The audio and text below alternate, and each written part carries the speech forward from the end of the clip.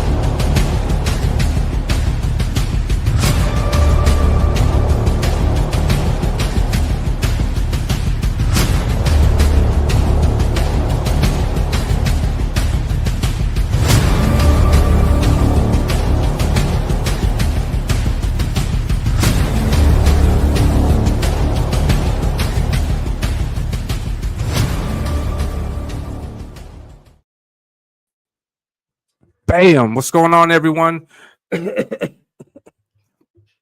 Oh man, I'm sorry, guys. But yeah, welcome to another episode of the Ominus Show. Today, we're going to be talking about. I have two guests this time. I thought I was going to have one, but then in the course of the day, it doubled. Now we have two, so that's really great. And I hope everybody can hear me. Welcome to this episode. We're going to be talking to our guest. And before they come on, they're in the back room. Just 1 second, guys. I'm really sorry. But before they come on, I just want to give a quick update about my project. I don't know how I'm going to do this, but I'll figure something out, I guess. Where is this?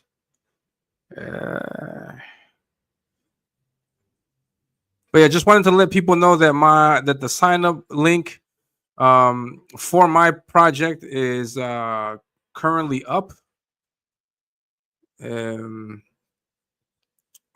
is this? Yeah,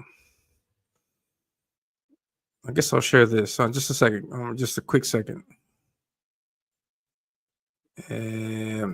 Okay, I think you guys can see this. This is my this is my IP. This is Ominus, and this is the cover.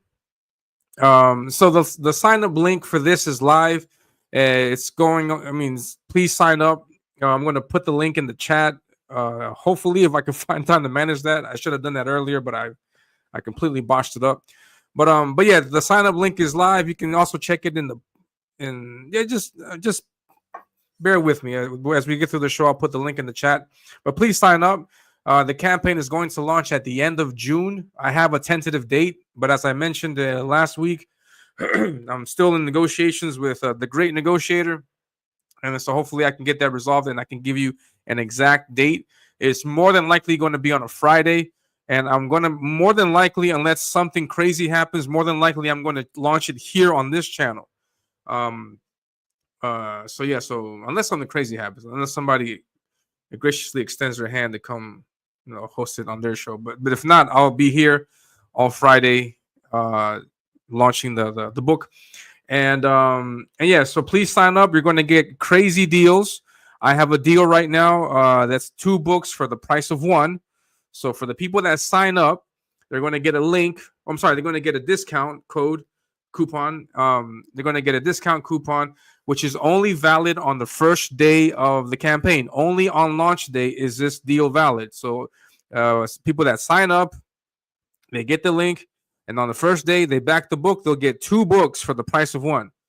2 books for the price of 1. And I also I'm going to have 3 covers. So I may also give you another deal so that you can get all 3 covers for the price of 2. So I'm going to have some crazy deals out there. And so if you want to get in on that, the only way to do that is in the sign up list. So please be sure to sign up. And yeah, I'm 12 away. So if everybody in the chat right now can sign up, that would be great. So yeah, so enough of me. I think that's it. No. Oh, I also wanted to talk about this whole yellow trash situation, but I'm not going to do it today. I'm going to do it on Thursday. I don't want to ruin this stream for my gracious guests, But on Thursday, I have a few things that I wanted to say about this whole yellow trash situation, and then this little back and forth I had with Eric July. If anybody was noticing on X, I had a few words with Eric July. Nothing offensive, no, but some ideas were revealed on his behalf of like how he perceives business. I just want to touch on that for a second on Thursday. So tune in this Thursday also, and that's it. I think that's it. I think that's all of my updates. Yes. All right. So yeah, I don't want to take any more time. I'm trying, man. I'm trying my best, man. I'm trying my best. It's like there's like so many creative hats you got to put on, and then sometimes I'm just trying to get your mind in the correct place. Like right now, for example, my guests, they have to get into promotion mode, and then hopefully I can get them out of that so that we can have a more sincere talk. Because I want to hear about the book, but I also want to hear about them. But so that's it. And I want to say hello to the people in the chat. I have Mike, which is the first commentator. It says, Mike, a fan of GDN, Genuine, and Darksiders Comics. Have a great stream, guys. I'll be in the middle of my work shift, but here's to more backers and a great conversation. Yeah, man. David, Fee, what's going on? T-1 hour. Darksiders Comics, thank you. It's in the chat. Dave is in the chat. What's going on, man? Dave, I want to come on your show whenever I can. I need to check out one of these Sundays. I have to go. Dennis is here. Thank you very much, Dennis, for stopping by. And that's it. So without any further ado, let me kick this off. Without any further ado, please, everybody, put your hands together for my guest. I got two guests today. The first one is the man of the hour, Marinus. So please, a round of applause for Marinus.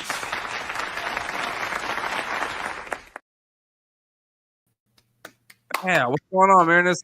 Hey, man. Hey, Dennis. Good to see you, man. It's a pleasure to finally get the chance to talk to you, man. It's been overdue, right? Yeah, overdue. I saw you with the like they said, with the promoting. It's a different ball game, man. It's not easy. You have to be in the right mindset to do it. And like you said, you want to have a real conversation. Okay, let's do that. I'm down for that. They make for the best streams, man. That's why I'll tell you just in just a second. I'll bring the other guests on. I'll tell you what I'm talking about.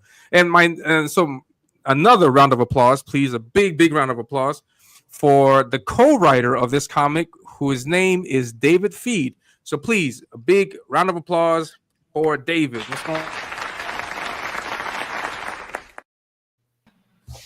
Hell yeah. David, how are you guys? I'm doing fine. Fantastic. Pleasure to have you here. And I want to apologize because I gave Marinus and Dave the link to the show like seconds before I started, and there's a reason. And there's a reason why I do that. Well, the obvious reason is because I was rushing a little bit, but there's great joy in that, because I don't know if this has happened to you guys before, but sometimes before starting a stream, everybody will hop on, and then before it's time to go, you guys will have like a good 5-minute conversation that never happens in the real show because you start talking about different things. So that's true. Yes. Yeah, so I like the honest stuff straight from the beginning. So let us know. So how are you guys been? What's going on with you guys? Let's start with Marinus. Yeah, well, I'm okay. It's just came, let's say, an hour or two from home, and wanted to do. Finally, we have some good weather here, so I was relaxing, and want to read some comics. I just had the Gunsmith Cats Omnibus. That's a good one. Are you familiar with that, with the manga? Are you a manga reader? Not so much a manga reader. You said Catsmith? Let me grab it. Just give me a second. I'm not gonna lie. I'm not a big not that I don't like it, but just I haven't had like I don't have any titles. I would love a recommendation of it. Hold on 1 second. Let me let's take a look at that. Gunsmith Cats. Check it out. Gunsmith. It's very fun. 600 pages, around new $30. It's fantastic. Maybe I should stop the background. Just give me a second here. I can see your face in the middle of some badonk-donks. Yeah, I know. So oh no, my house. Your house. Yeah. Don't talk to yourself. It's Gunsmith Cats is a fantastic book.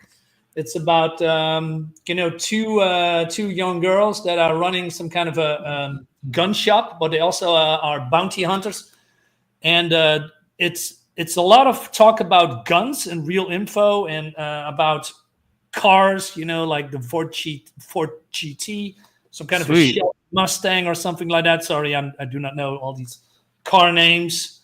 The action is super cool. Definitely. Yeah, it looks great. Yeah. Looks pretty good. 100%. Yeah, I do like what's the name? Fan service, right? No, it's barely in there. It's barely in there. Okay. I mean, with fan service, you mean nudity? It's barely in there.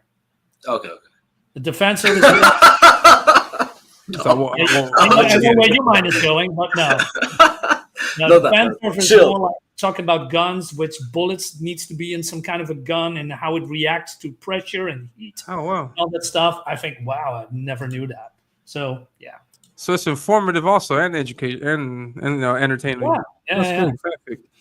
Awesome. And how you doing, David? What's going on with you, man? This is the first time that we get a chance to speak.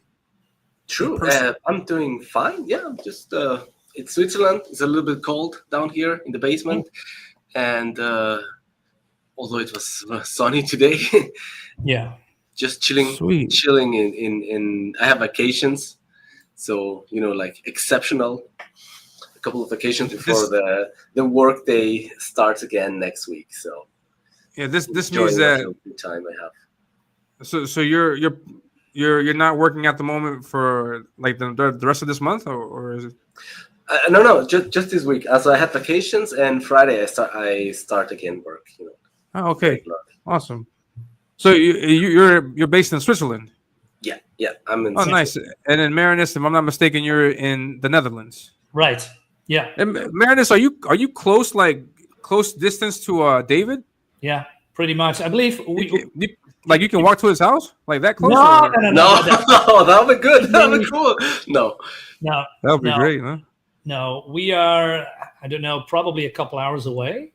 Oh, nice. But it's Switzerland. It's doable. If it's probably a half-day drive or something like that, but it's pretty doable. Nice. Yeah, I think we should do it one time.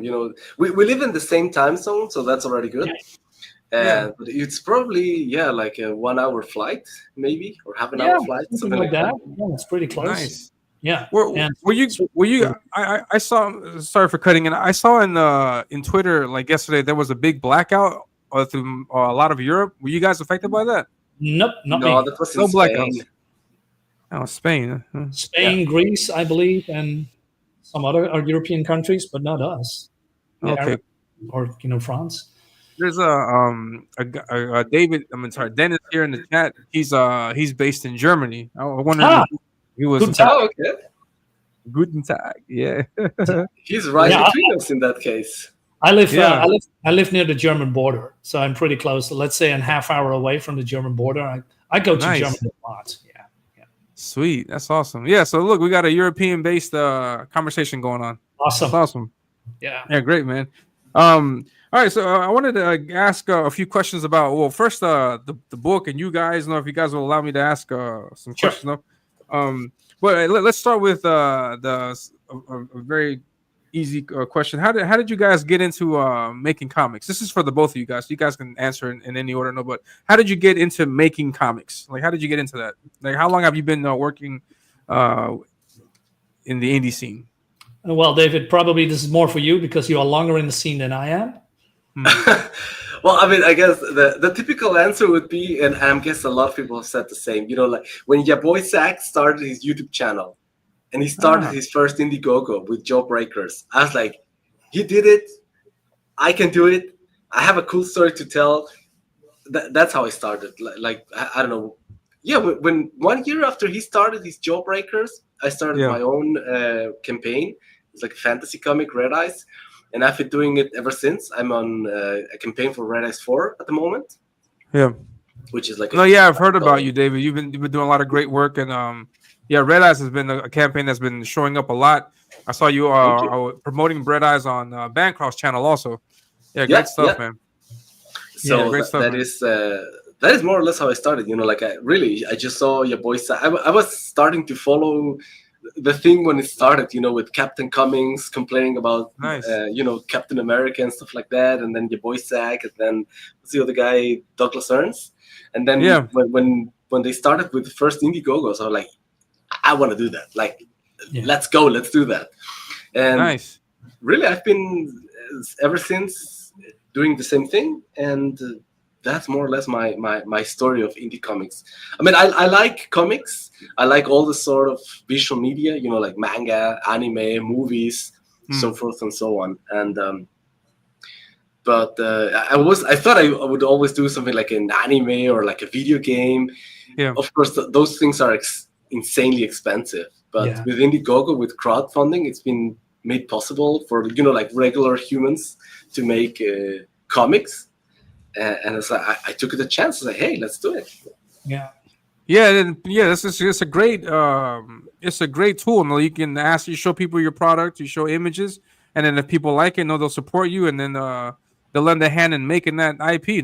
Yeah, great stuff, man. What's up, General? Yeah. What's going on in the chat?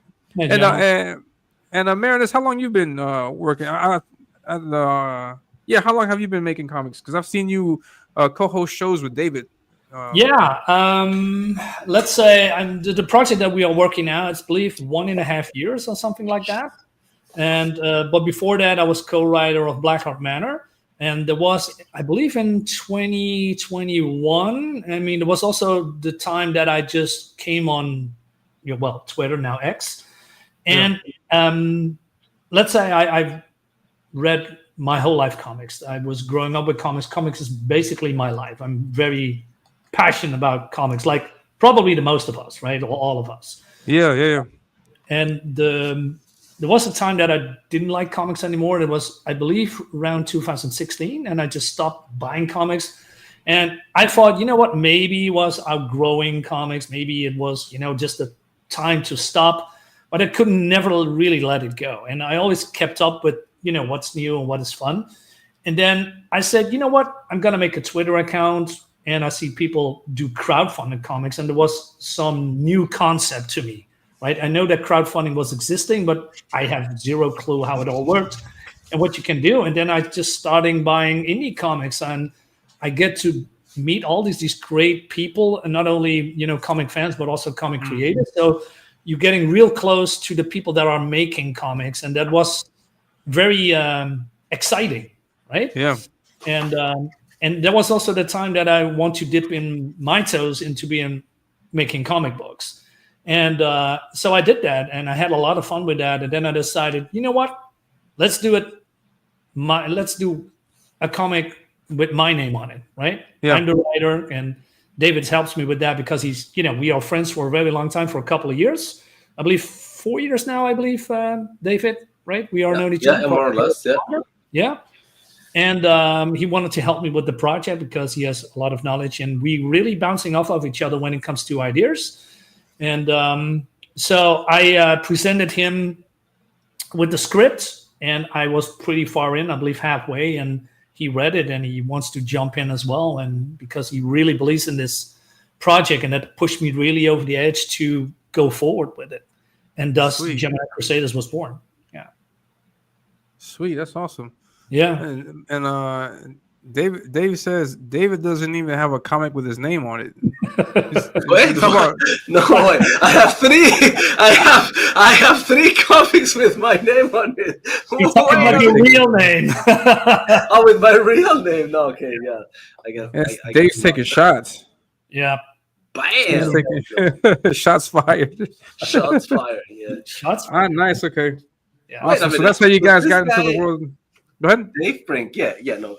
Dave Brink has his comics with his name, so I guess. Also fellow Dutchie, right? Yeah.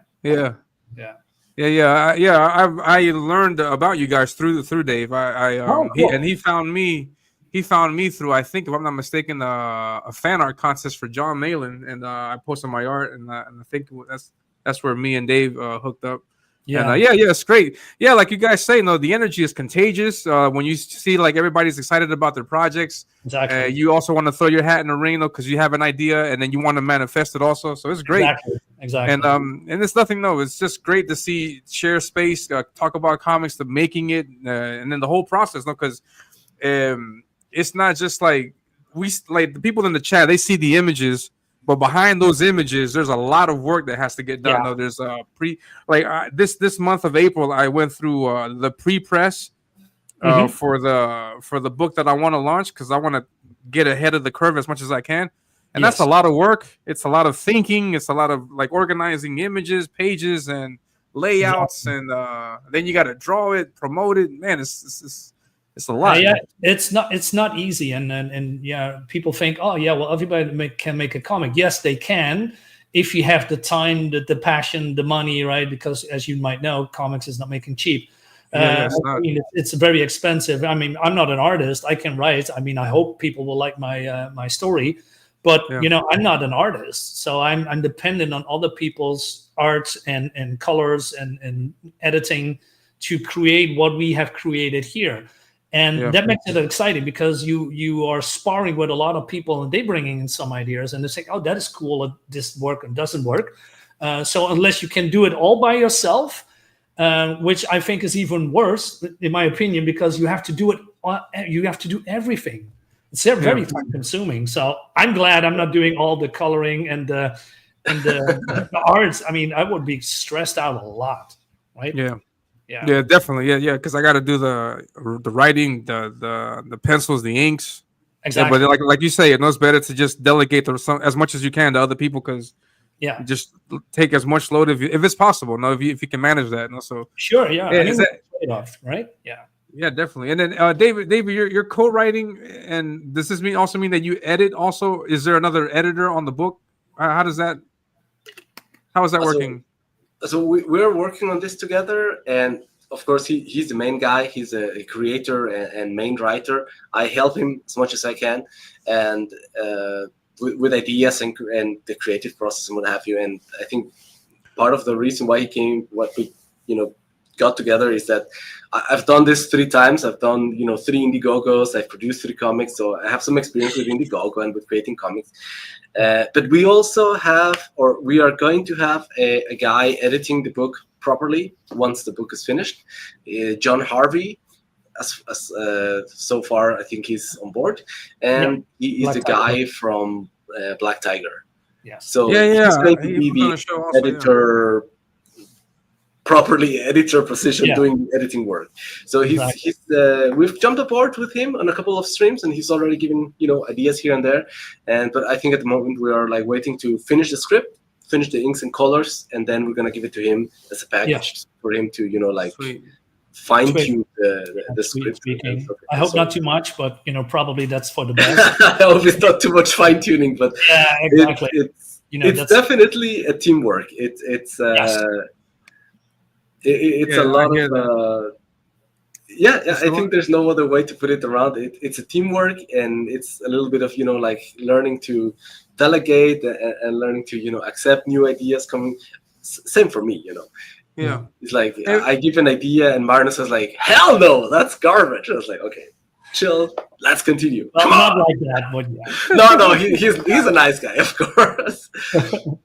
Nice. Yeah, but, it's the teamwork is pretty cool, by the way, right? So because we work together as a whole unit, and that is challenging sometimes because everybody brings something new and to the table. But it works actually. We are mostly all on the same page. A little bit tweaks here and there, and I think it's going to pay off. I mean, we have a good-looking campaign. We have an interesting story. It's 32 pages. It's full color. And this is part 1 of her trilogy, and I think people will really like it because they probably, hopefully, never seen anything like it, and it makes it fresh, it makes it new, and people say, hey, what is this all about? I want to know more, and I hope that I can bring that to the table. Yeah, definitely. And the editing that John is going to do, is it strictly like grammar, syntax, scripture, literature, or is it like also like artistic editing, like maybe this panel should be different, or also everything, the whole thing? Because that's needed also, like to have a look, like layouts, composition on the page, positioning of word balloons and things like that. That's also that's great. Yeah, that's great because that feedback is valuable, because to get like an extra set of eyes that can probably tell you something that you may have missed, That's great. Yeah, I mean, And- I think that's essential. Yeah. yeah, I don't know if exactly. it's like a matter of age or what is it that it's because I've dealt with other people, like giving them feedback on their comics or their artistic work, and Yeah. sometimes people just they just crumble, like you dare criticize this, like Yeah. I'm done, I'm never making art. And Marinus is like, okay, I take it. Sometimes I change it, sometimes I not. I'm glad that Marinus is like able to take feedback and implement it, and have the strength to not just crumble down and whatever, Easy. fuck this shit and It's whatever. not easy. So like, no, because I mean, like also the artist, the City Tellus is a artist with the book, and he's really into it. Like as Yeah. far as I can tell, he's really into the book, and he's also giving us feedback. And Marinus like, okay, I consider that. So I'm really happy working with him. I think the artist is also happy working with him. It's been so far a fantastic, how would you say, triangulation of work. Yeah. Absolutely. And I wanted to ask you, Marinus, like, has your initial vision for the book changed from what we have right now in front of us, Yes, or is it absolutely. pretty much the same? No, it changed basically a lot because I was working with another artist. Well, let me start from the beginning. I was approached by an artist who is now working on Michael Bancroft's book right now. Rod Looper. Rod Looper, indeed, and he wanted to work with Put me. his name out there. Yeah, Rod's the best. I love that guy, and we have a good relation, if you will. And he wanted to do something with me, and I came up with some kind of a post-apocalyptic story. And I thought it was a cool concept. And he looked at it, okay, but how about we do a little bit more streamlined? So he was talking about steampunk kaijus and and big monsters with girls and all that. I think, yeah, that's cool. But I was more leaning towards a different approach, because not that I don't dislike the concept, but kaijus and monsters, and it's been, to be honest, a little bit done to death, in my opinion. Yeah. In different ways. So I want to do something like that, but totally different. Instead of have big robots, why not have big bioweapons? Coming from the stars, coming from another planet, battling ancient evil in a medieval setting. Totally different. But at that time, Rod had another baby. I believe it was his first. And he was also working on other projects. So he had a little time. And so we talked about it and basically said, hey, why don't you take it all over, do your thing, and there will be a time that we're going to work together again. And I said, yeah, sure. I mean, I don't want to overload him with my ideas, but otherwise this would be on the shelf probably for 1 or 2 years. And I want to move forward. So Nice. then I changed the whole concept. I laid it out. Hey, Sid, that's my artist. Sid is here. Hey Sid, if you're interested, if you want to link to the show, let me know, and I'll send you the link. Yeah, Sid is Get the whole team in here. Yeah, I hope he comes. that'd But be cool. he's a shy guy, right? He said that his English is not. He's from Brazil. His English is not that fantastic. So he says, you know what? I'm happy in the chat. Unless Sid, you want to come on, you're very welcome as always. We always try to get him over, but he says, nah. Hey, but that's awesome. Yeah, he's saying hi to everybody. Marinus, Dave, David, and Elliot. Nice. What's going on? Yeah, that's the artist of the book. Yeah, let's take a look at some of his art. Sure. Let's take a look at some of his art. So, he's a great artist. Right? He's done a good job. Look at that. Fantastic. He did a great what job. more can you ask for? He knows the autonomy. Yeah. Awesome. And so from there you met up with Sid, and then Sid jumped on the project, and then he just continued with the rest of the work. Yes, exactly. So we gave him some concept. Too shy. We gave him some concept about how we, how this universe would look like, if that's the word that we're going to use. And he came up immediately with something that really appeals to me, right? I said, I want to have something organic, something kaiju, something big, something monsters. We have a medieval setting. And then he came up with some concept art. And I think, yes, let's do this. So like this walking tower here and this thing in the background. This is more like a defensive attack creature. It makes for great visuals, man. Looks great. Right? Yeah. That's the whole purpose. And I like also that the world is not like the now that people can use atomic weapons, rockets, grenades, and stuff. We have just swords and arrows and trebuchets and all that stuff. So people are pretty underpowered. That's how these organic bioweapons came in to hopefully turn the tide. Yeah, definitely. Yeah, it looks great. What's up, Nicholas? Nicholas is in the chat. What's going on, man? Good to see you, man. Thank you for stopping by. Yeah, it looks great. And let me ask a question about Sid. Like, how fast does he give you pages? Like, does he do a page like once a week? Yeah, sometimes even faster. It depends on the complexity, but he can put it out a page a week or something. Yeah, that's great. It's gonna change. Yeah, I mean, look at this. It looks great. Yeah. The colors are great. Nice. The next time they look great also. Yeah. Yeah. Like, look at that blue against the reds. The yellows. Like it pops, right? Yeah, purple. Yeah, and the purple pops. Yeah. Good stuff, man. Yeah. Is Sid doing the colors also? Oh, no. No. Marcos. Marcos. Marcos also. Yeah. So he does great work. Yeah. Fantastic. So this is a cover by Sid. Everybody says, hey, this looks like this Lord of the Rings. Lord of the Rings-esque. Yeah, right?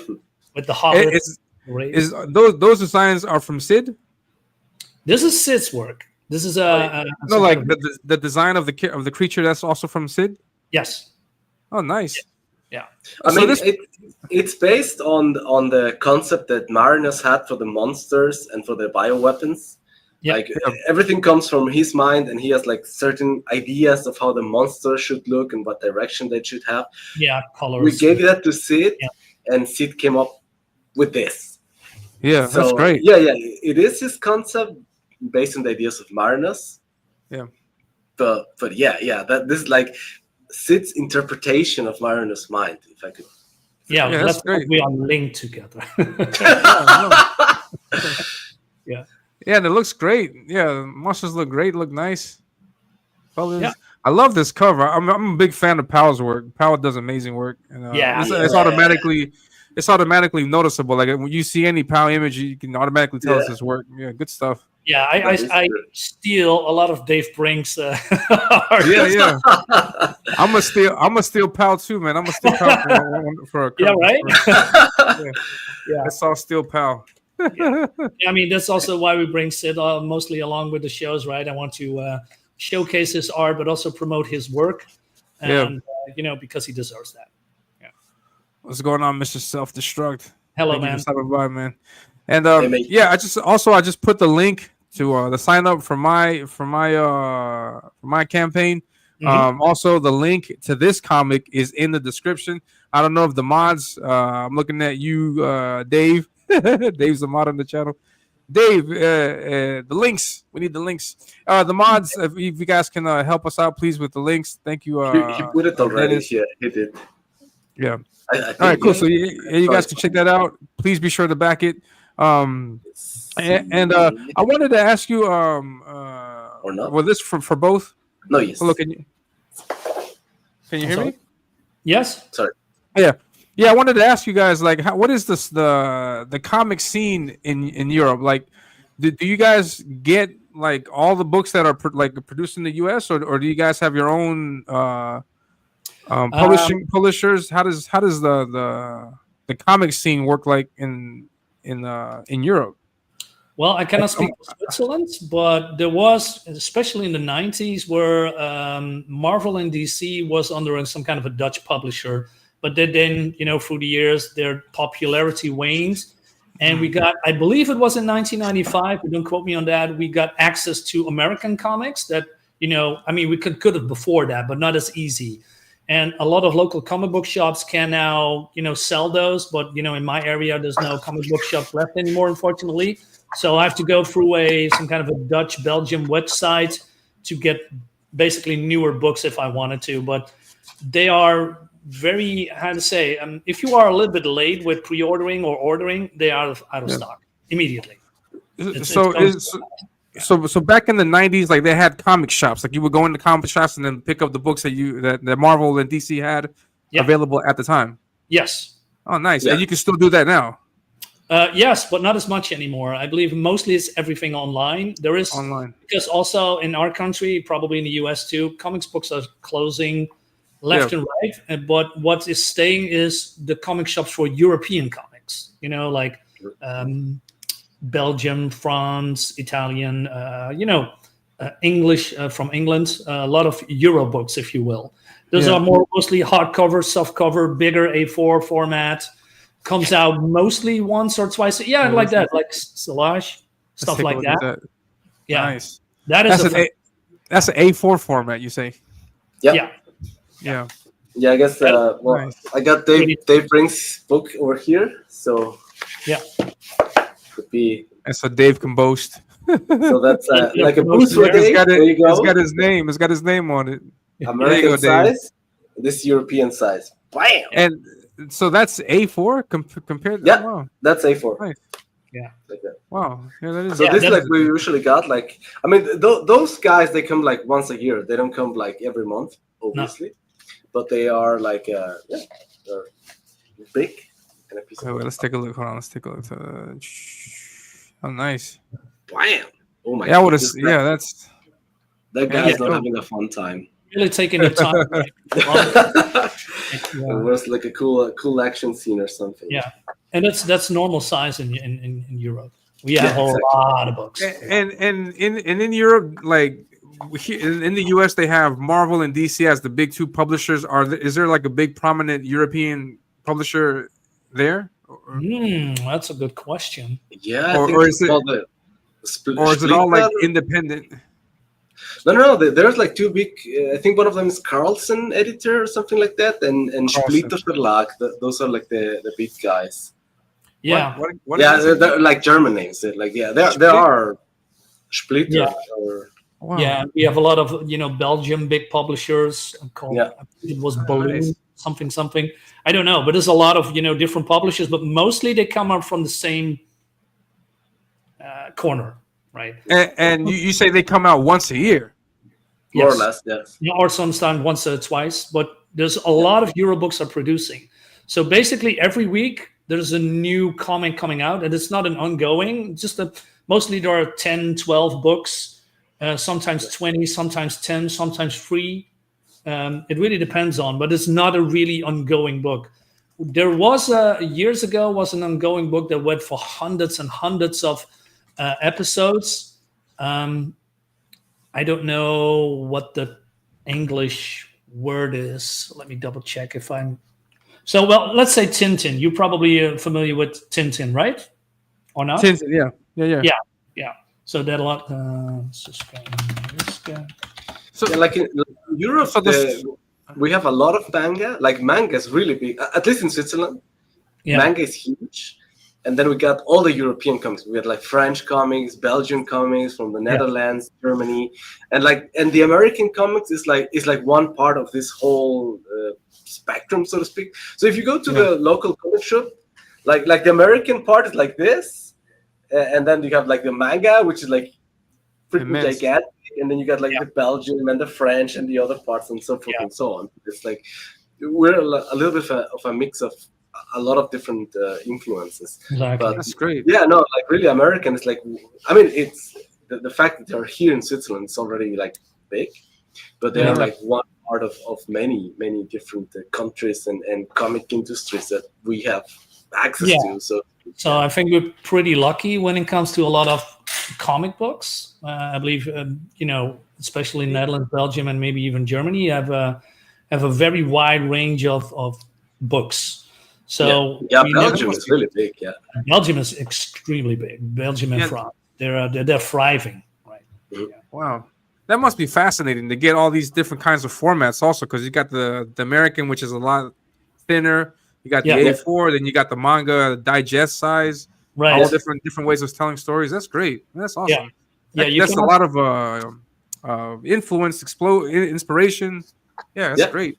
Yeah, if you find, if you have the chance to get a European book, especially, take it. Yeah. It's a different way of storytelling and how the panels will lay out, and you really get sucked in. I'm not saying it's better than American comics. It's just different. Yeah. Yeah, Yeah, that's great. I have a question, Elliot. So, just go ahead to ask your question. Just really quick. Dennis mentions Panini. I don't know. Do they make comics also?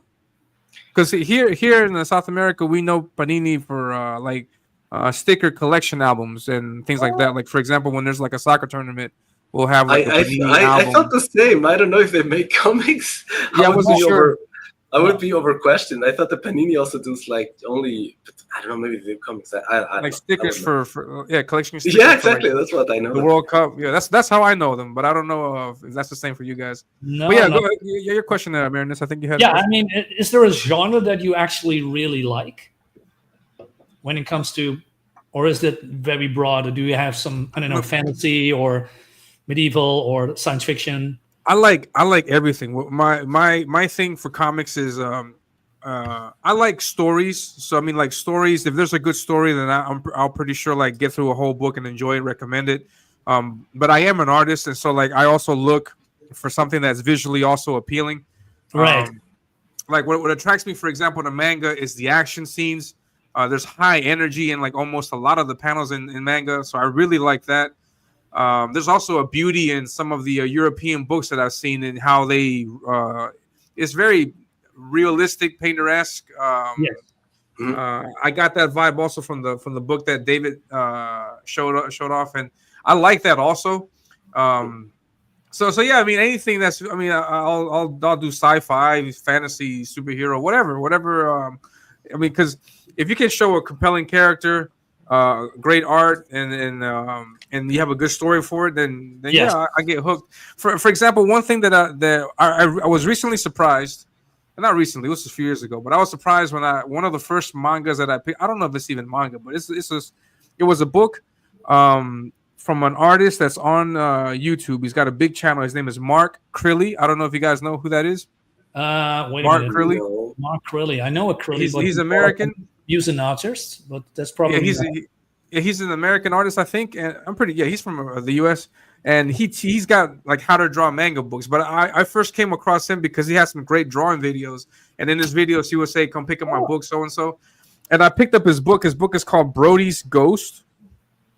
And I've seen that. Yeah. I know that guy. Like he makes like tutorials for mangas, right? Yeah, and I got it, and I wasn't sure what to expect from it because all I see in his videos is just like art drawing videos. You see really amazing artwork, but I didn't know what to expect from the story. But that book, Brody's Ghost, like surprised me a lot. Like the way he was able to tell stories, his panels and his artwork is it was more simple than I had expected, but it was great. It worked.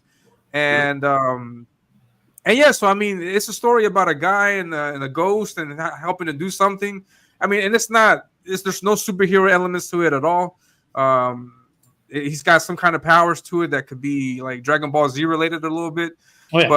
But it's something like completely out of what I grew up when I was a little kid. So I mean, I'm open to all that. Like I read it, I dug it, I enjoyed it, and I love how he told his story. It was a complete story from beginning to end. He broke it down into 6 books, something like that, and it worked great. So it's so yes, I'm open to everything that looks great. So yeah, like I'm down for anything. Yeah, you are exactly like what's that? Oh, is this Blade? You should check this one out. It's a manga, Blade. Marinus doesn't like it, but oh man, this is awesome. It's a thing on its own. It's very it has a unique style to it. The guy is he was an architect, I think, or an engineer or something like that. Hey, Pete. And he became a mangaka. But it's awesome. Nice. It's full of action, barely any words. It's all told through basically nice visual storytelling. Yeah. Oh, that's great. Yeah, I wanted to do that for this 10-page issue that I'm doing right now. I wanted to have that same approach, just nothing but action scenes and Yeah, panels. That's yeah. great. That's great stuff. Yeah, because they normally tell us now. They tell artists that you should be able to like read your comic, look at your comic, and just by the panels alone, be able to have an idea of what's going on. Right. That's great. Yeah. Well, we That's have great. something similar. I mean, our first 10 pages are mostly action, and it tells basically a very visual story, right? Even without the word balloons, you can basically see what's going on and what the direction is going. That's awesome. And what do you guys have a preference? Like which of the formats, like American manga or European? Do you guys have a preference to which one is No, best? not really. No, because I was growing up with American comics, well, Dutch American comics back at the time, but also Euro books. So I don't have really a preference. Mostly, Nice. I'm reading superhero books, but Yeah. I have also a fondness for manga and Euro books as well. The Euro books is mostly a little bit more expensive, and you have to wait a year. Like American comics, you can basically get weekly comics. It depends on your addiction, right? Yeah, definitely. Yeah. And I also had a question about that. Like, you guys get it once a year, so this means like, I would assume that what you get in that year is just a one and done story, or you get one part. No, it's like it's a. I mean, as you can see, they're usually thicker than the average comic book. Yeah. They're pretty thick, like a proper graphic novel. I would exactly. Yeah. But they're like part of a story. Like this is like 7 out of 14 or whatever the hell. And what Marinus was saying is also true. Like this one comes out maybe in January, but in February another one comes out. In March another one comes out for like a different stories. So there's stuff coming out all the time. Yeah. Of course, if you're following one story, yes, you're gonna have to wait more or less a year. But the quality speaks for itself. It's huge. It's bigger. It has more pages, more panels. Yeah. It's just different. It's not better or worse or whatever. It's just like a different approach to creating comics. Interesting. Because that connects a little bit to what some of like the American crowd like they protest against. That. Or some of the fans, they say no, that we want books out on time and we want them because I've heard many complaints that people that they want to get a book but they hate having to like read the book, get into the book, and then have to wait another year for the next issue. But that seems like that's just a normal thing for you guys, right?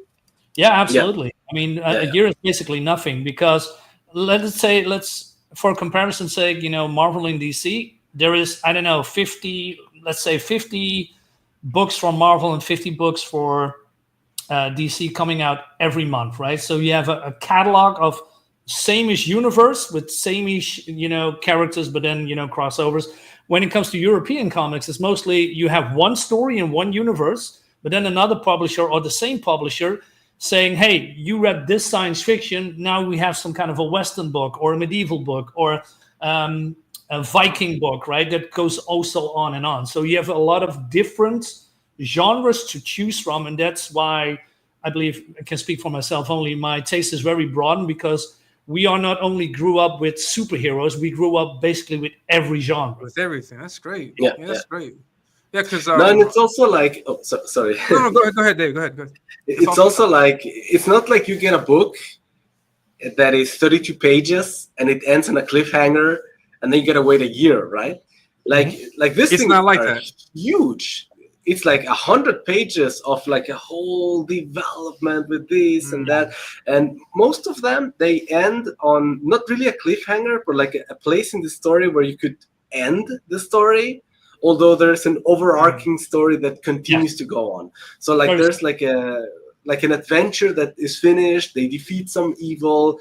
But of course, the bigger evil is still out there, and we still gotta defeat that. But it does bring some resolution. Most of these books that I've read, like European books, so it's a little bit of both. Like there's a little bit of a cliffhanger, but also there's a little bit of a relief. Like, okay, that's cool. I can leave it at that and wait a year for the next 100, 200 pages of this really cool adventure. It's there's no other way around it to say it's different. It's like a different way of approaching comics.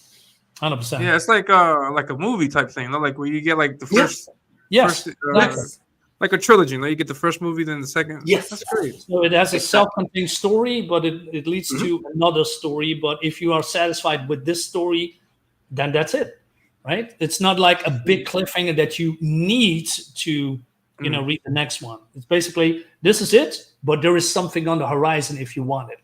You only have to wait. That's a big relief because I was doing that. I'm doing that for my book also, and I was kind of worried like how people would take that. That's a big relief because I'm sure that I'm closing the first graphic novel, not the one that I'm launching, but the one that comes after that, the first proper graphic novel that I'm doing. I'm going to also do a story that I believe has a good beginning and end, and then I'll continue that in the next. Oh, that's great. That's nice. That's I got Mikey Getz in the chat, and he says, "Hey Elliot, I forgot you were the one who did that badass TMNT piece." Yeah, man, that's me. Oh, great. Yeah, I did that Turtles drawing a while back. That. Yeah, I got a lot of positive attention from that, which is great. Let me show that. Yeah. Hold on, let me show that piece for Crab. But but that's the. Hold on, I'll show it off in just a second. But Sure. But yeah, so that's awesome. Yeah. And do you, from all of the books that you guys have been exposed to, is there like a writer in particular? Well, it could be indie or pro, no, but is there a writer that you get the most influence from? Marinus and David, is there like a writer that you guys? I was, when I was younger, I was a creator called Chrissy. Chris with CRSSE. CRSSE. Yeah, well, with an I. CRISSE. And if you are looking at, you type in, let's say, Google, Chris, and then Eurobooks, for example, you get a lot of books. Nice. Or let's say not Eurobooks, but let's make it comic books. Let's see what's. Yes. And there's the piece that Mikey was referring to. Yeah, I did that piece. Oh, wow. Okay. Yeah, I like this. Colors too, man. Yeah, thank you. I Yeah, got a lot of this stuff looks for that. really good. I wouldn't mind reading this in a comic format. Yeah, I might do that. Like, I think after I finish the Ominus complete story, I think my next project after that might be like a 20 do what John Byrne did. Yeah, Do like a free fanfic and then sell the original art. I think I might do something like that. yeah. It's a really tempting idea. Why not? But yeah, you said Chrissy. Yeah, Chris. I believe that's what you say. I believe that's. I believe he's French, if I believe. Nice. Yeah, and he's doing a lot of cartoon, but then very mature topics. And I mean, the fun thing with European comics is that you think, oh, this looks cartoony and silly, but it has a really mature storyline that really surprises you. Sweet. Yeah, and he draws phenomenal women, by the way. Yeah. Nice. He's also writing and drawing. Yes, I believe so. Oh, Yeah. Snap! Nice. Hey, does he have any like works that we can? It's if you type in Atalante, Atalante. Yeah. We'll get some of his stuff. Okay, cool. Yeah, that's nice. That's a nice recommendation. David, do you have a writer that you're that inspires you that you really like, other than Marinus? Other than Marinus and myself, I don't know. I gotta say that I read. There's a couple of Comicsgate projects that I really, really liked, and I thought the writing was amazing. I think Deus Vault by John De La Rose was very well written. It's a really good story, I gotta say. Oh. And the other one, I don't know if you've heard of Long Harbor by this Alejandro Mirabal. Long Harbor, Alejandro. That it's a horror book. It's like a Lovecraftian horror book. It's basically a one-shot. Huh. It's really well written. It's incredibly well. It's a shame that he hasn't done anything since, but it's like an amazing self-contained story, horror story with message, beginning, end, middle. Fantastic. Nice. Recommended. Yeah. Oh, sweet. Yeah. That's great. Those Vault by John De La Rose and Long Harbor by Alejandro Mirabal. Yeah, nice. And it's great to see that here in the indie scene we got good prominent writers. That's great. Awesome. There's some questions that I have in the chat that I didn't want to skip over. Dennis had a first question early on. Sure. He says, Marinus, where do you print distribute your books from? From the US. We're gonna talk to Critical Blast. So we're gonna print it and ship it from the US. The reason that we're doing that, I mean, I was a little bit on the fence on that because normally if I'm, printing the books, I want to have it in my hands and, for quality control. The problem is with if I'm shipping it from my country to the US, the people from the US would pay a lot of shipping costs. And the majority of my backers are coming from the US. So I decided to trust Critical Blast because he has a good reputation when it comes to shipping and quality control, to print it there and then ship it from the US so people get it sooner. Sweet. Yeah. Nice. Yeah. Luckily for me, I have family in the US. Really? And they're helping me with they're helping me with fulfillment. They're going to help me with that also later. And I'm lucky on that end. Yeah. But if I didn't have them to count on, I would definitely approach Critical Blast. He's been doing this for years, so he's got exactly right. He knows he's got the tools, the resources. He knows exactly what he's doing. Yeah. And here's one of them right now. What's up, TD? Hey, TD. My sister. Oh, okay. Hey. Okay, cool. She's in the chat. Yeah, she'll hit me if I don't say something. What's going on? But yeah, that's awesome. And I think I have some more questions. Hold on. I know I saw a few. I don't want to skip over the questions because the chat must also participate. Yeah, so guys, if you have any questions, please be sure to share them. Post them in the chat. I think Pieta Mas was asking, will you guys be going on another format? Yeah. Can you tell us about that? Right now, you guys are at Indiegogo, but are there plans for anything else? Yeah, Fund My Comic and Kickstarter. Nice. Yeah, so we're going to make it as broad as possible because we need the funds to complete the book. And the book will be completed even if we're not reaching the goal here on Indiegogo or on else. But, I'm pretty positive when we can get far. I mean, like I said, I have a positive attitude. I believe in my project and, with David and Sid and, everyone that is on board. I believe we have a kick-ass product and it's going to be made no matter what, right? We are pretty far in now. The book is almost completed. Just a couple of pages, a little bit of touches here and there.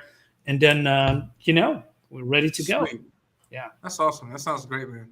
And I have Soul Ion. I don't know if I'm saying that correctly. Says, hey, guys, I'm late as sin, but still made it to the stream. Support good comics back, Gemini Crusaders. Yes.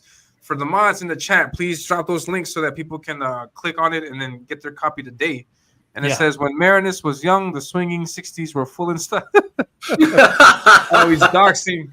Yeah, he's your age. He's roasting me a lot in every chat. He's from Germany, by the way, and he's a good promoter. He's everywhere. Nice. That's awesome. Yeah. Thank you, Sol, for that. I'm not that old, by the way. I'm not from the States. I'm close, but not that far. Not exactly there. Yeah. Well, I'm a 70s guy. And so Auden says Critical Blast is legit, very good experiences. Yeah, I've also seen and heard a lot of great stuff. Yeah. Pity Moss says excellent. I received many packages from Critical Blast.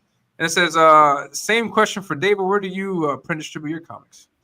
Same thing. America, Mixum has been great so far, and Critical Blast has delivered my comics. I can recommend him 100%. He's legit. He's good.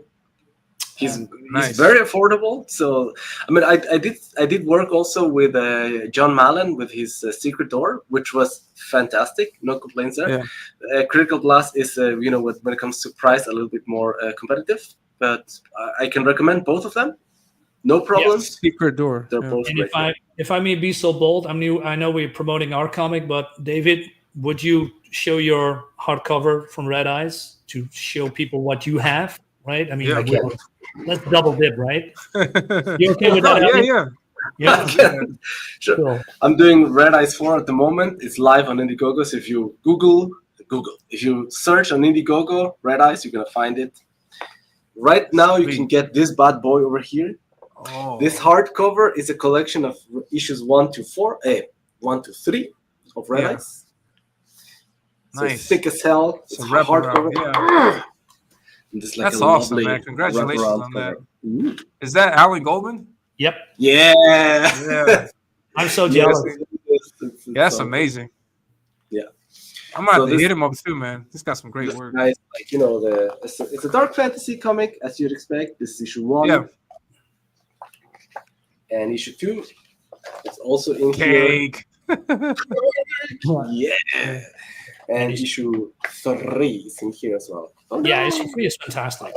Oh, the poor that's guy awesome. lost his arm. Oh no. Look, Dennis. There's some cake in there. Yeah. He's gonna get a metal arm and some cake as well. Nice. And some action as well. Hey, that's dope. Yeah, good Yeah. stuff, man. Yeah, it looks good. There you go. Yeah. Is that So you that said currently? You said currently that campaign is also going on. Live. Yeah. On Indiegogo, Red Ice 4, you can get it as well. Nice. I mean, back Gemini Crusaders by all means. And if you get some spare change, back Red Ice 4. Yes. Yes, definitely. It's getting dark. Yeah, definitely. That's awesome, man. That's great stuff, man. And yeah, so Alan Goldman is just a referred customer. Look, you guys a lot of work from him. He does really good work. I mean, this And he did the cover. This cover also, I think. Yes. Yeah, this is Alan Goldman's cover. I'm so happy with this. It came out fantastic. It blew my mind. Yeah, Hey, he never disappoints, man. He does a lot of great work, and every piece is great. He does a lot of work for I think he did a whole book Safeguard for Dave, no? Yeah. Yeah. I'm very happy for Dave. I mean, Dave and I are buddies, and I cannot wait to get Safeguard. I mean, Alan Goldman is the best. Yeah, he's great. It's going to be a kick-ass product. This one too, right? We have one of these covers by Alan Goldman. It's been inked. It's been colored. Fantastic work. Nice. So you can, if people want, you can have a digital option and you can have a physical option, right? Sweet. What you want. Yeah, I'm thankful for that because that saves a lot on shipping also. And then in my case, I like to back the digital options. And that's great. Thank you. I'll be getting some of this stuff. And then Dennis has a question here. Do you guys sell in Europe also? Like, for example, like Dennis, he's in Germany. Is there like an option for him to get a book? Only for Indiegogo and Find My Comic and Kickstarter. The downside is probably for people in Europe. They have and maybe if Dennis would click on a cover and see what the shipping cost is. I'm going to do hopefully this year or maybe next year conventions, right? And maybe some comic book shops I'm approaching for try to showcase my book. But there is no option to. I don't have a website, for instance, to promote and sell my comic books. Not yet, anyway. Not yet. I mean, like this is my very first campaign. It's for me important that this is going to be done. Yeah. And if the trilogy is done, we're going to look at more options. Is this going to be? You said a trilogy, so this is not an ongoing series. No, it's just 3 books and that's it. And then you go on to the next project, right? I mean, I'm not saying that we're not going to extend it, right? I mean, I know there's a lot more story to tell, but my goal is for now, to do 3 books. If I can do 4, probably, but it's not an ongoing book. It has an end, and if people really, really like it, I'm going to extend the universe with new stories. Nice. Yeah, that's the exact same thing I'm doing. Right? That's great. That's great. Yeah, because my story for Ominus it's got a beginning and an end, and then when it finishes, that's it. But if people like it, I'm free to continue working on it because there's a bunch of characters that get introduced. No, that's great. That's awesome. That's great. I like that. I dig it. Yeah, I mean, I can say it's an ongoing series, but people already don't have the book yet, so they don't know what they're getting. So I can say, well, I got 20 issues planned, but if nobody's as interested, then it's not going to be done. Yeah, so I think sorry, go ahead. No, yeah, I was going to say that I think it's a safe bet for indie creators because we don't have like a 40-year lifespan where we can get like 100 issues of any IP. No, I think we just get like 5 to 10. I don't think I've seen any indie comics that get past 10 yet. So no, exactly. So I think a 3-book story arc I think is great. And then you can move on to something else. So.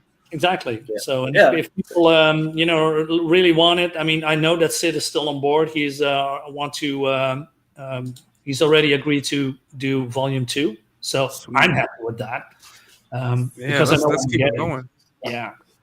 That's awesome. And Soul Lion continues the bashing here, and he says, "Hey, David, you looked like there was a ghost in your room earlier, but now it seems to be gone."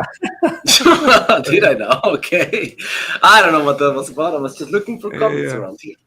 And he says, "Soul Lion says he's a European backer also." Yeah.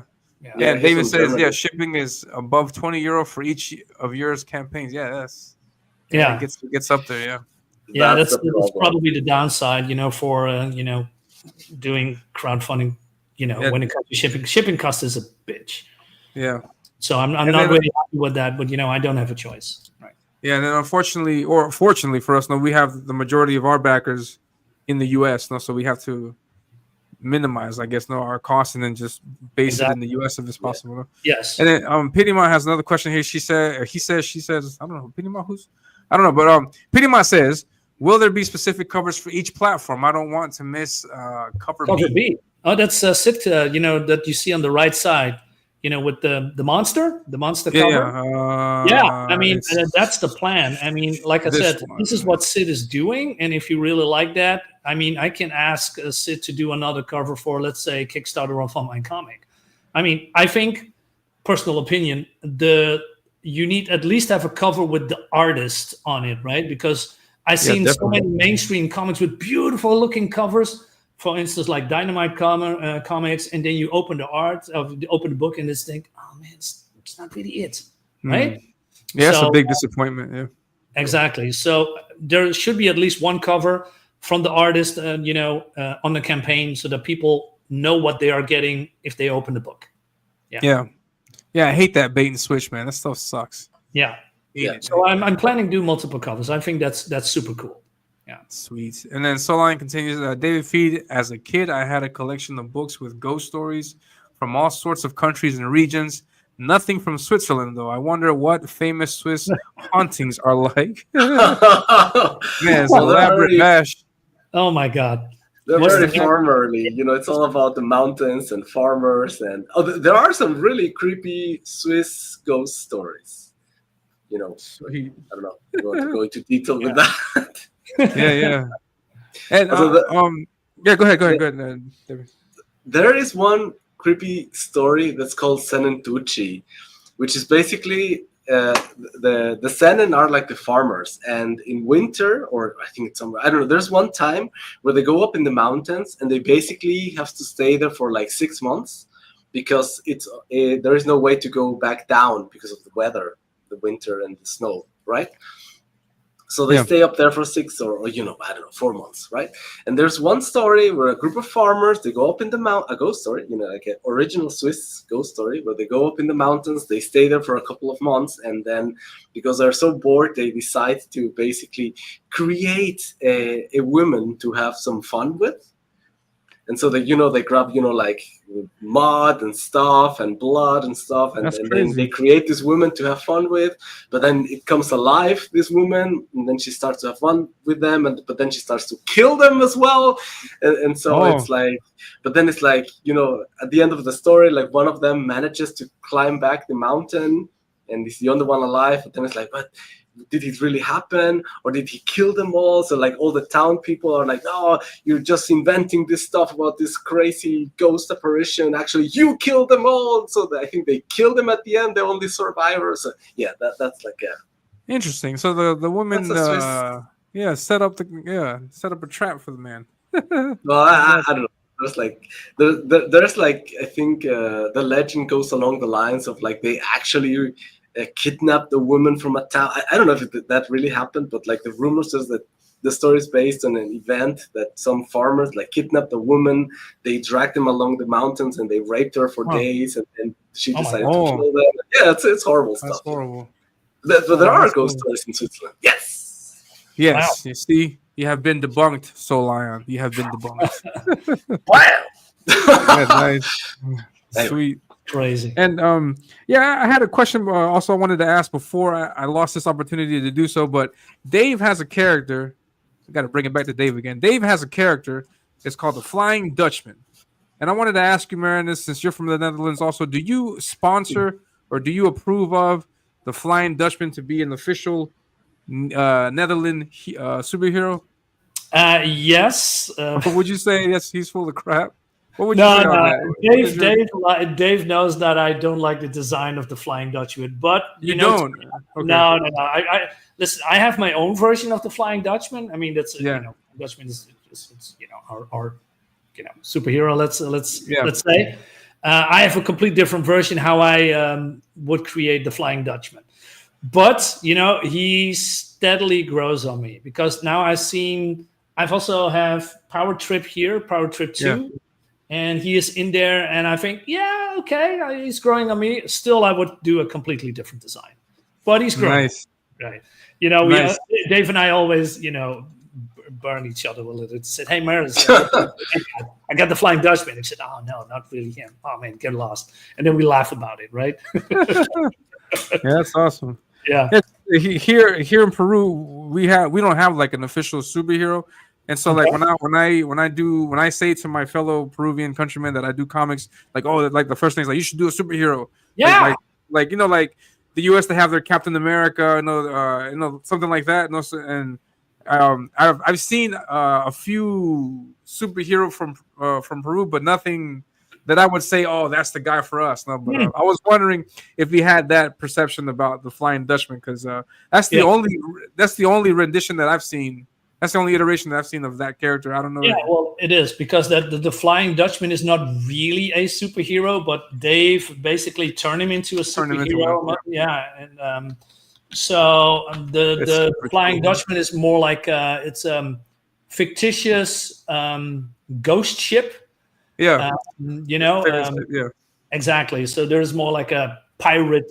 Let's say, I'm not sure the word pirate is good, but more like a pirate themed story, right? But Dave said, "Hey, I want to have that as a character, in Perfect 10." I said, "Yeah, that's cool." Well, he specifically wants to have some kind of a Superman-like character, and he created that, and he did successful, right? He is the colors, the orange and all that stuff, the typical Dutch, right? Yeah, that's awesome. Yeah, sweet. I wanted to see like what other people think about that character. I'm like, no, I disavow the Flying Dutchman. He's horrible. I wanted to create another character like that. Yeah, go back to the drawing board. Nice. Go back to the drawing board. Yeah. And I also wanted to ask you, like, what's your favorite comic book? You've mentioned a lot of great European titles. You mentioned stuff that you're reading now, but is there one story that you would consider your favorite? This is for both of you guys. Yeah, for me, it's John Byrne Fantastic Four. Nice. Yeah. I mean, that was the one that I created, I grew up with, and it still blows my mind, with he's amazing. All these great stories with Hennis, all his visuals is fantastic. All the Dr. Doom stories. I think, again, a little bit maybe biased, but I think the comics in the 80s and the 90s was way more mature and thought-provoking than we have now. Definitely. In comics, it's more like dumbed down, kiddified. I know it's comics, but still, back in the day, I mean, talking like an old guy, but it's was more shocking, stuff that happening when a character died, you say, oh my God, and now it's just, oh, we have a new number one, and oh, by the way, we also 4 is dying, Silver Surfer is dying. Who cares? Yeah, thank you, Dennis. Right? It's great. It's a beautiful one. Yeah, and David, what's your favorite? Well, Blame is definitely one of them because of all the action. It's basically just action. Cool. And another one is also manga again. I don't know if you've heard of Basilisk. Ooh, it's like a 10 issue series of manga. It's basically it's some sort of a Romeo and Juliet story, but with superpowered ninjas. It's like basically two clans fighting each other, and they send like the best 10 of each clan to slaughter each other. And the whole book is also the whole series is about this best 10 guys slaughtering the other 10 guys. Wow. Until there's only like the Romeo and Juliet couple in the end, which they of course slaughter each other, and it's awesome. Okay. That's awesome. Basilisk, you say, no? Basilisk, yeah. You did- you I've said- been. Have you seen the Ninja Scroll movie? No, I haven't. I've heard about that. Is that from that book?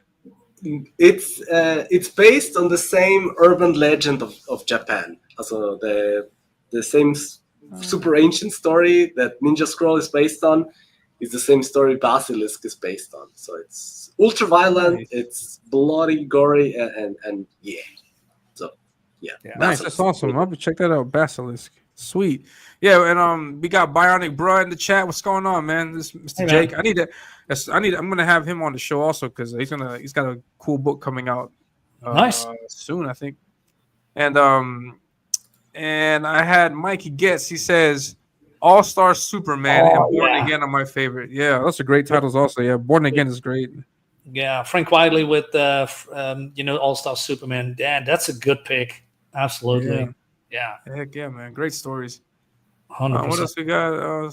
Soups. And what's so funny about Truth and Justice in the American Way? All right. Heck yeah. Yeah. Also fan of the 2006-2007 Justice Society of America volumes. Oh man, that was so good. That was by Jeff Johns. Fantastic. Yeah, Jeff does really great work, man. Yeah. It's one of my favorite groups. Yeah. Awesome, and I think I have one more question because we way over the. I usually go for an hour, but way over. No worries. Okay, no worries. It's great. I wanted to ask you guys, like, what? I guess this would more be directed towards Marinus because this is his first campaign, though. But what's the most surprising thing you learned from crowdfunding so far? But I'm sorry, actually, I think this could also apply to David. So your opinion also. Surprising. Well, I knew it was difficult, right? I mean, there's so many moving parts that you have to be,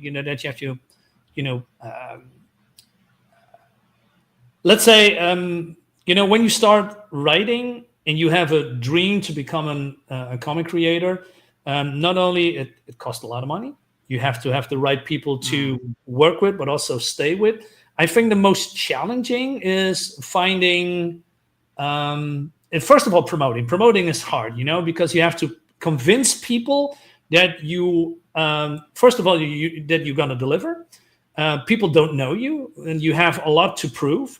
And this, of course, the price point, but everything's more expensive now, and it's out of my wheelhouse. But mostly saying, hey, listen, I got a fantastic project. I got a fantastic team. I have people that are familiar with the indie scene and comic industry. And exactly, and that two great reasons also to get the book. Exactly, right, and that people are basically giving me or give this project money so that they get the book. And I know that a lot of people are getting burned by unfulfilled books, late books, people that run with the money, and I want to prove them wrong. Right, I'm not one of those guys because that's why I'm promoting this a lot and talking to a lot of people. This means a lot to me. So what's surprising me is most that, I knew it was hard, and it is hard. But, the whole project cost a lot of time, right? Because you have a private life, you have a work life, and then after that, you have to work on your campaign. You have to go on streams. For me, like I said, I'm European. So if I'm going on the US stream or an Australian stream, I have to wake up in the middle of the night, right? Yeah. There's a lot of moving parts that you have to sacrifice a lot from yourself to make this happen, and that is something that is, it's hard, but it's worth it. I'm coming to that also because I got the sign up link and I thought, okay, I'm gonna just put it out and then everybody's gonna run into it and click it, but it's not working like that. I got a lot of sign-ups, but it's like you say, you have to convince the people. You have to talk about price point. And I'm also a first-time creator. I haven't put out a book yet, and so we have to fight this uphill battle because we have to not only do the project, but we also have to convince that we're not like the previous, and then it makes it a little bit more difficult than before.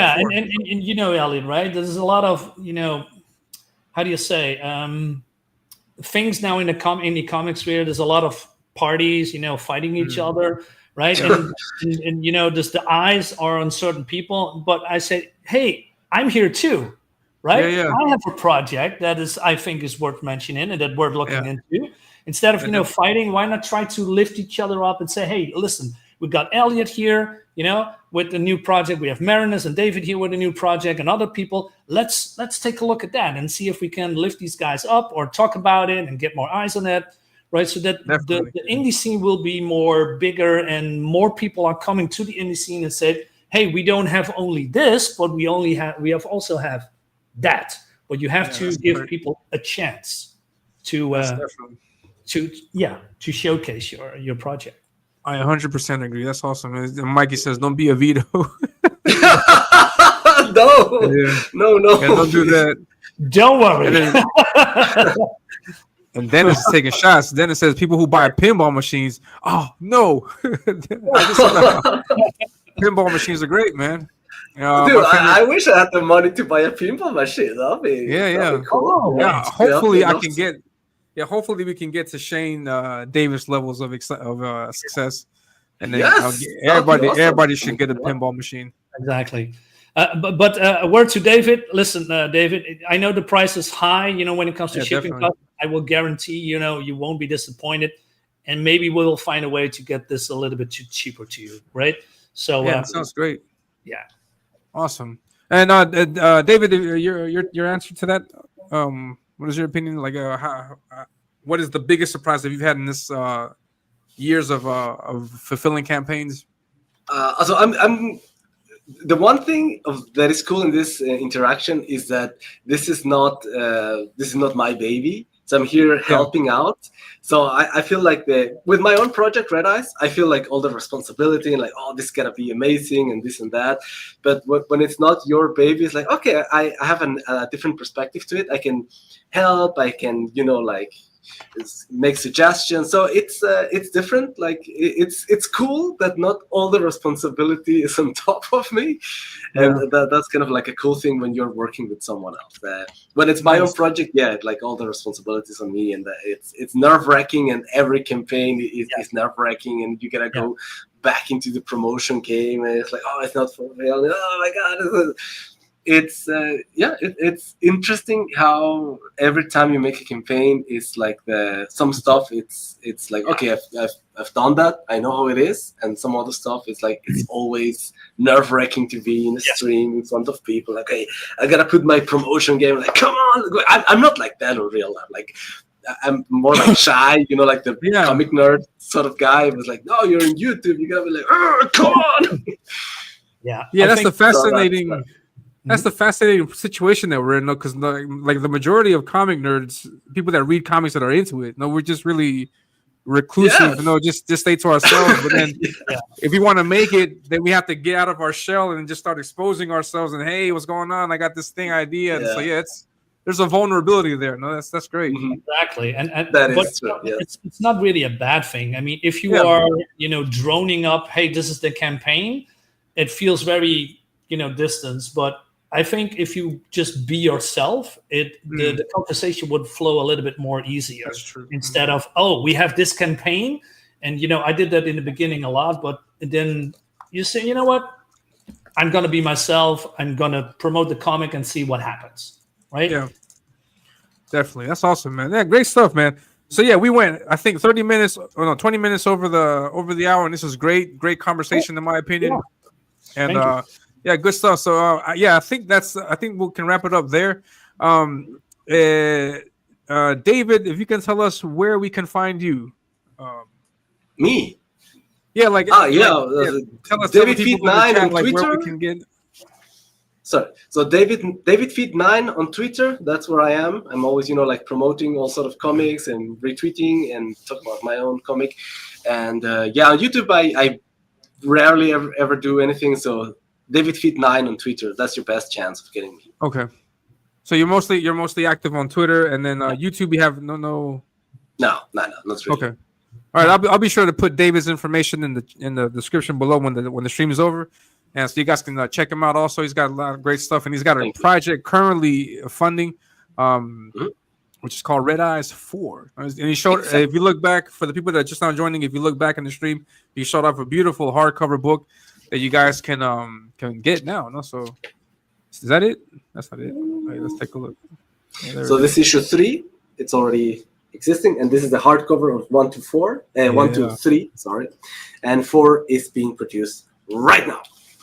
Sweet. Some good old. Nice. Yeah, we got awesome. And we got hold on. There we go. You have to give the people what they want, right? Exactly. Yes. Yeah, definitely. And then we got Sugar Chris in the chat, and he says, "Oh, Feed.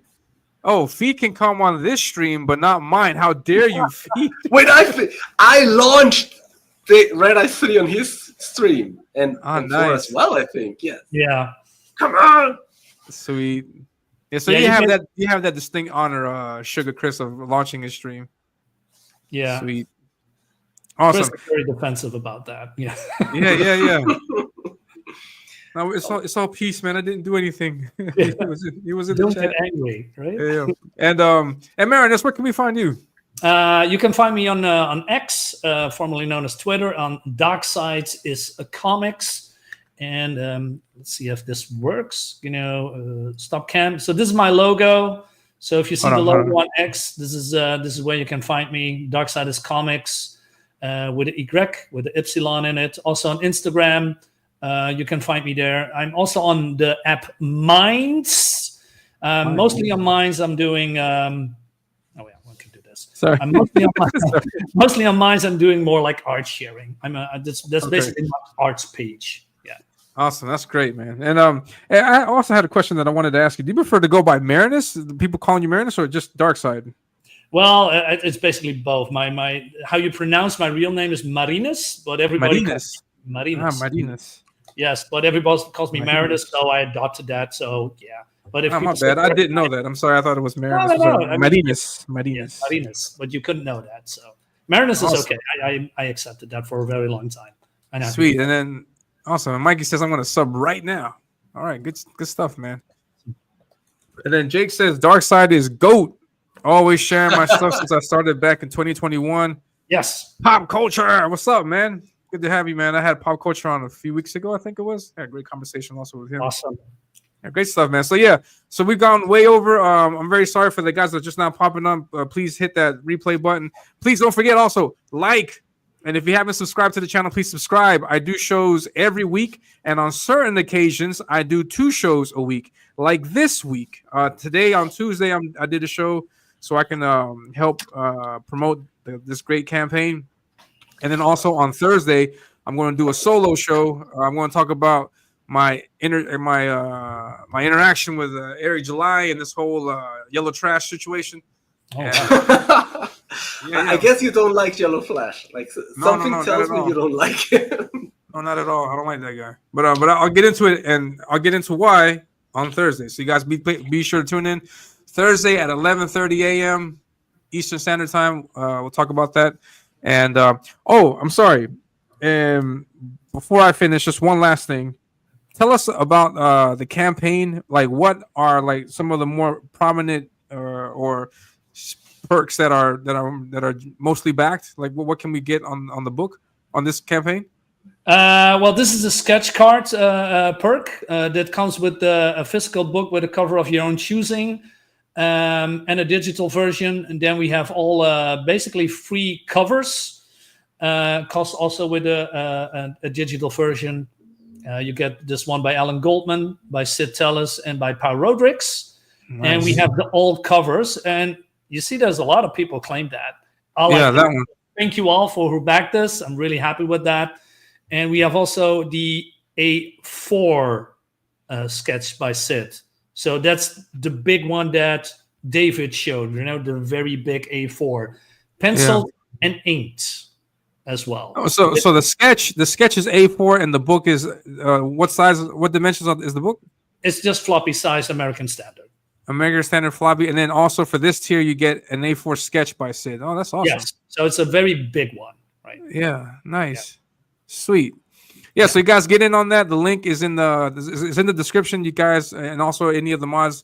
If you guys can share that, you can get that. I highly recommend it. Sorry for interrupting. We have also some trading cards lining up. So one is coming with every physical backer. So everybody with the physical backer gets one trading card. And we have already free lined up. So 4 in total. So if we're going to hit the goal, we're going to make that as a reward for everyone. Oh, that's awesome, man. You guys hear that? Exclusive information. All right, good. So be able to get that. Yeah. Back Well, book maybe we today. should Back update the book today. campaign about that a little bit more. So that's on us, right? No, yeah. It should be whenever you can share that information is great. And sometimes it's better late than never, no? Right? Indeed. Yeah, and just to read the last few comments, says Marinus is the kind of random comic unboxing on YouTube.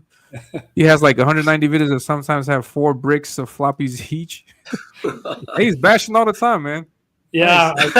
He loves My it. number one basher. Yeah. And then Sugar Chris says, I've been saying it wrong the whole time. Yeah. The whole time. Marinus. You probably weren't hearing it. Yeah, that's great. And so Thursday, Thursday's going to be a fun one. Yeah, I want to get into it. If I may be so bold, if you have maybe 1 minute, I mean, Saul did a sketch card perk, and if you don't mind, I want to share what what he has got. Just give me a second to get it.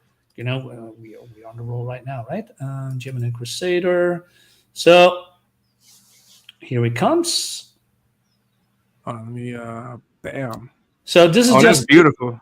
Yes, this is from Sid. He did the sketch, so this is not finished yet, but this is how it looked like. So Saul said, hey, I want to have this character. It comes from a PS Vita game, PSP, and some kind of an RPG character. And so I showed the pictures to Sid, what Saul was looking for, and he came up with this. So if you are interested in any character, this is at least what you are getting from the beginner standpoint, and then it's going to be inked, etc., and it's going to be finished. But you see the quality is already in here. Yeah. Can you zoom in? Let's take a look at the deeds. If it's possible. Just give me a second. I need to. I'm going to change that a little bit. Paul Kocher says, "Thanks for doing this." Yeah, sure. And thank you so much for giving me the time to do. No problem at all. Open for the end of the 15 days. Yes, I got this. Roasting is scary. And I'm gonna remove this. I'd smash, yeah. Go from studio, then I'm going to present, share screen. Yeah, great job. Here we go. So, if we go into the details here, let's start at the top with the feathers. There's a lot of detail here. There's some nice hatching. The hair is super fluid. It's very nice. Gorgeous lips, beautiful eyes with a bloody tear. This flowing hair. Yeah, that's awesome. Great work, Sid. If you're still in the chat, great work, man. Yeah, for 150, that's great. And the book, yeah, with Apple with an eye. So he's now working on that. So Sol gets a very beautiful, nice sketch of this character. So again, if you are interested, we can make that happen for you. Sweet. And then Sugar Chris says, "Feed hates this. You can't even see her boobs." What the hell? For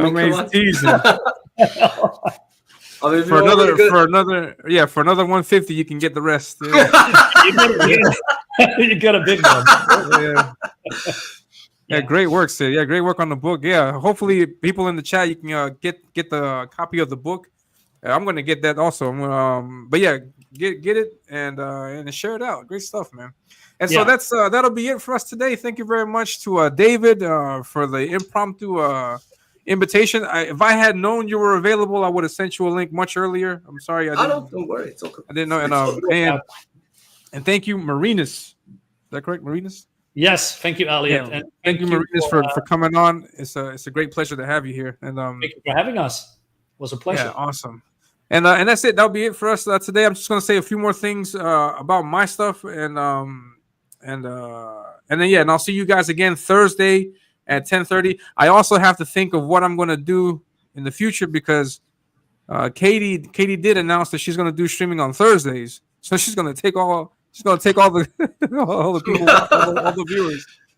But I'll get into all that stuff on Thursday. Be sure to tune in Thursday 11:30 Eastern Standard Time AM. And that's it. So just to share a few things, you guys don't mind, right? You guys can. Yeah. Go ahead. Go. Yeah. because I was gonna kick you guys off, but No, we have time. I'm gonna take you guys off. Yeah. But yeah, there's a link that's pinned in the chat. Is at the very top, and the link will take you to the sign up list for my comic, Ominus, Avenging Death. Here is the cover art, and just to give you some information, this is a 10-page short story that features these two characters.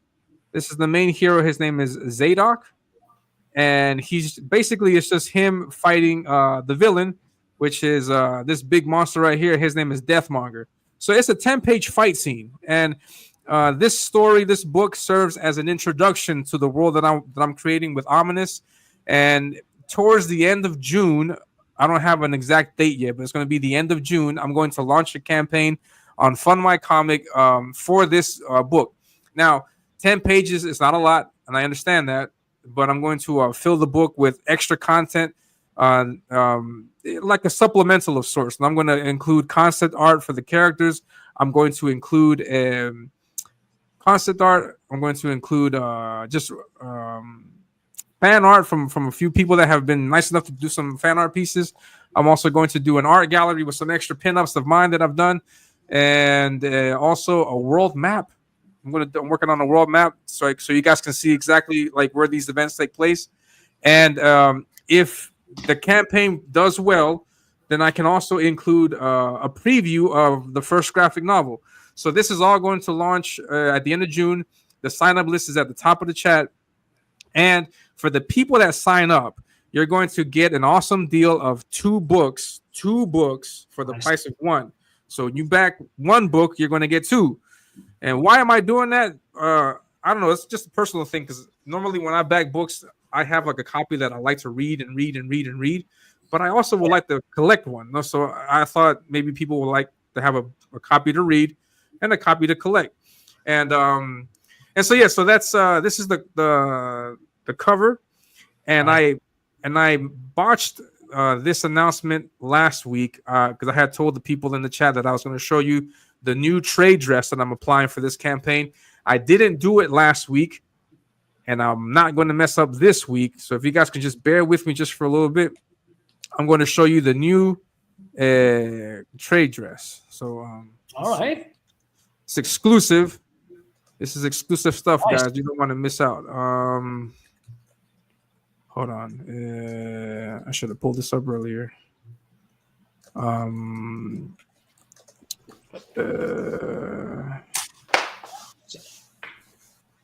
Where is it? Yeah, man, okay. Here it is. What? Live streaming. Yeah, man. There's so much. Now I have to be in live stream mode, and I gotta like think of stuff. Hold on. I don't like to think. Yeah, this is the one that I had before. This is the one that you've seen before. It's got the silver text here. This here, Avenging Death, with the names and the credits. That was what you had before. So now let's take a look at what we have for this new book. Let me pull that up now. 30 minutes for that one. All right, here is the new cover. And it's not much different, but let me know what you guys think. All right. Here is the new cover. Oh, nice. I didn't change much to it. Here's the big change. I'm putting this thing in gold. I'm giving it a gold trimming. Unlike that. I'm giving it a gold trimming. Yeah. Maybe you're going to steal that one from me too. Yeah. Yeah. Go ahead. I'm gonna take what is it? I'm gonna take Alan Goldman and Powell, and then you can take this also. Just stay away from my artist, right? You can do everything. Stay away from my artist. Yeah, I was gonna get Sid, but I don't want to. Yeah. As long as Sid stay with us, yes. Yeah, he stays with us. That's really that cool, looks good, man. Yeah, I thought it's just a little change, just a little tweak. Change because the idea is that on the campaign. Oh, sorry. Just to give people a quick rundown. The book is already done. Really? Oh, okay. Okay. So this is the book. It's done. Here are the credits. No, and so but I sold this digitally last year, and there's some things that people pointed out. Like, for example, if you look at this first panel, there's a caption box right here. Yeah. And if you look at it from here, it's a little difficult to read, but you have to like get in there. Like, I'm making changes to that. There's also, for example, like I'm going to reveal this page. I've done this before. I'm going to like in this panel. Yeah. There's no sound effect. No, it would be cool to get like a swoosh or something like that. No, so there's little things like that throughout the book that it had completely escaped me, and so for this new campaign that I'm launching, I'm redoing that. So I'm changing that. I'm going to fix those minor mistakes, and I'm going to fix this. I'm going to add some sound effects where I need it, because surprisingly that escaped me. I don't want to give away too much of the book, and I'm also going to have a section where you can see some more like concept art. This is concept art of my main character. His name is Zadok, and here's another concept character. His name is Silas. And so these characters, they're going to get proper bios. I'm going to include a lot of information. I think I may reveal that I think I'll reveal that on Thursday, actually. I think on Thursday I'll show you guys Deathmonger's bio, so you guys will know more about him and where he's from and what the heck is going on with him, how he was created. Here's the main villain of the book. So you'll get some information about him and a lot of other great things. So I'll this is a prototype. This is just a prototype. I wanted to see what it would look like. So now I can make the proper adjustments when I go to print. And so, so the book is done. I'm just going to make a few minor adjustments, add some more content, and then get ready to go. So by the time the campaign is done, I'll be ready to go to press and go to the printer and get it out into your hands. And it'll get there real quick. So don't miss out. You can get 2 copies of this for $10. It's going to be priced only $10, no more than that. So for $10, you get 2 comics. That means each one is $5, and it's 36 pages. It's just 10 pages of the story, and extra pages for extra content. 36 pages, $10, 2 copies. That's cheap. Only available for the people that sign up. So if you don't sign up, you're going to miss out, and I really would hate for that to happen. So you guys, sign up, please. I already signed up. Oh man, thank you very much, David. Yeah, I got one more. Yeah. Hey, but, I mean, I saw a stream where Ethan Van Sciver was shouting you out. You know, he looked at the art and said, "Hey, young man, like you're going places." I remember that stream where he was, impressed by your art. And I think a sincere gratitude towards EVS, John, Shane, all of the Kings, because recently with that TMNT art that I showed, I got a lot of positive feedback, and it just came right at the moment where I'm launching all this. So it's I really appreciate it, and then hopefully hopefully people like it, people sign up, and so I'm doing my best. This is I'm taking my time with this. So it's going to be the best work that I can put out there, and I'm trying my best to be as close as I can to Sid. So Sid does really good work. And so that's my attempt at putting out a book, and I'm gonna do my best. You're doing fine. You're gonna do fine. Yeah, go for it. Yeah. I mean, I gotta say, like, this Deathmonger character, like, he's gotta be like the main villain. Like the design of this guy it's crazy. Yeah, it's like, wow, it's on point. Like, what? He's not the main villain? No, he's gotta be the main villain. No, it was incredible because I did this 10 pages because when I revealed the character design, I got a bunch of feedback. He's great, character design is great. When do we see him? When does he come up? And he's not planned in my story until book 2. And so I was like, man, before I get to book 2, it's going to be years. So I was like, before I get to that, I think it would be a good idea if I can just like show him off a little bit. And so that's where the idea for this came out. So in this, it's just a fight scene, just these 2 guys going at it. And just, so people can see, what they can expect in the book, and it came out great. From the digital sales, I got 50 backers, and so hopefully I can get them to come back again for the physical book, and people like it, and I had an original idea for him in this story, but because of the feedback, because of what people are asking, I'm making tweaks. So he's gonna have several appearances throughout the story now. So So it's going to be a lot of him to go around. But he is a minion. No, the big villain is the other guy, and he is a minion that's going to it's going to cause a lot of danger and damage. You know? No, this guy. Here's the editor coming into play, like, oh, what? Scrap all that. This is the main guy. Yeah. It's difficult. It's difficult. It's difficult. It's difficult because you get feedback that you want to like please everybody, but we'll see what happens. We'll see what happens, and if the demand is there, I'll make more changes. I have no problem with that. And yeah. So that's it for us. Thank you very much, guys. Please sign up and please back Gemini Crusaders. Thank you. Then I will see you guys on Thursday. Yes, you guys have a great one. You guys be safe. Thank you. Take care, David. It was a pleasure. Bye, guys. Bye. Awesome. Wait. All right. You guys are great. And so that's it for me. I'm gonna leave you with a trailer for Ominus Avenging Death. Please sign up, and I will see you guys on Thursday for some fire. I'm gonna put some fire on Thursday. All right, so that's it. I'll see you guys